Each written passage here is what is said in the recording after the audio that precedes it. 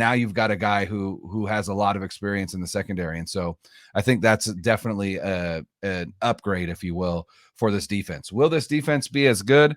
Well, there's a lot of factors that are going to go into that, and we'll get into them later, because a lot of the free agents that the 49ers have are on that defensive side of the ball.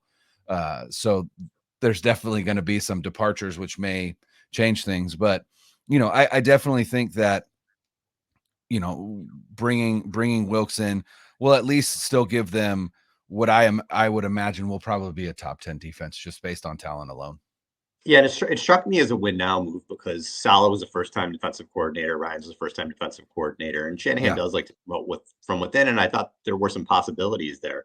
But you bring in Wilks, the Niners are ready to win now, the window's open now. I totally get it, and I do think it's a very good hire for them. And you mentioned Chris Kocurek. That's a huge person to retain. I remember, Jim Tomsula takes a lot of heat now because of his head coaching stint, which was largely kind of a disaster. But he was a terrific D-line coach. And I remember always thinking going in that, like, hey, the D-line is going to be okay because I know Tomsula is going to coach him up. I feel the same way about Kocurek, where I know the D-line is going to at least be okay because you have that guy there. So I thought that was huge to retain him.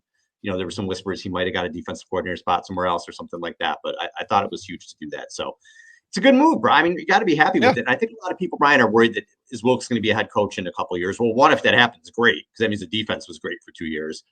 But I don't know. He's had a couple shots. Maybe if the defense is good, he will get more shots. You would think that tends to happen. But I feel like he's going to be there for a few years.